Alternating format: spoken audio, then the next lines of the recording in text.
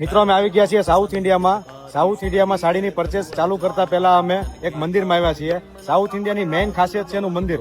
એના મંદિરનું જે નકશીકામ જે હોય છે એ એકદમ એટ્રેક્ટિવ હોય છે, બધા કરતા અલગ હોય છે. આ શ્રી સંપ્રદાયના અંડરમાં બધા મંદિરો બને છે અને એના પ્રમાણે બધી પૂજા થાય છે. જો આ રીતે એનું બારીક નકશીકામ વાળું મંદિર બનેલું હોય છે. અને આ ગોપુરમ છે. ગોપુરમ એટલે સાઉથ ઇન્ડિયાના જે મંદિરોની એન્ટ્રી ગેટ જે હોય છે એને ગોપુરમ કહેવાય છે. આપણે ગોપુરમમાંથી અંદર એન્ટ્રી કરીએ મંદિરમાં જવા માટે.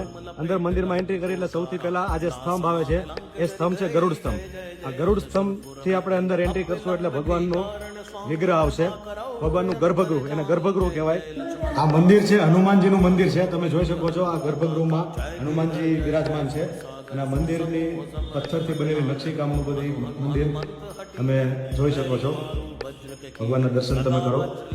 આટલા સુંદર ભગવાનના પથ્થરમાંથી આકાર કરેલા દર્શન છે, તમે જોઈ શકો છો.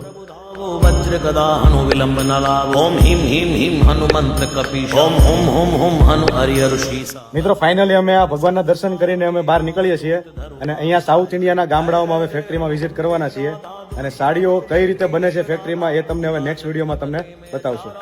જાનત હઉ દાસ તુમારા બન ઉપવન મગ ગિરિ ગ્રહ માહી તુમરે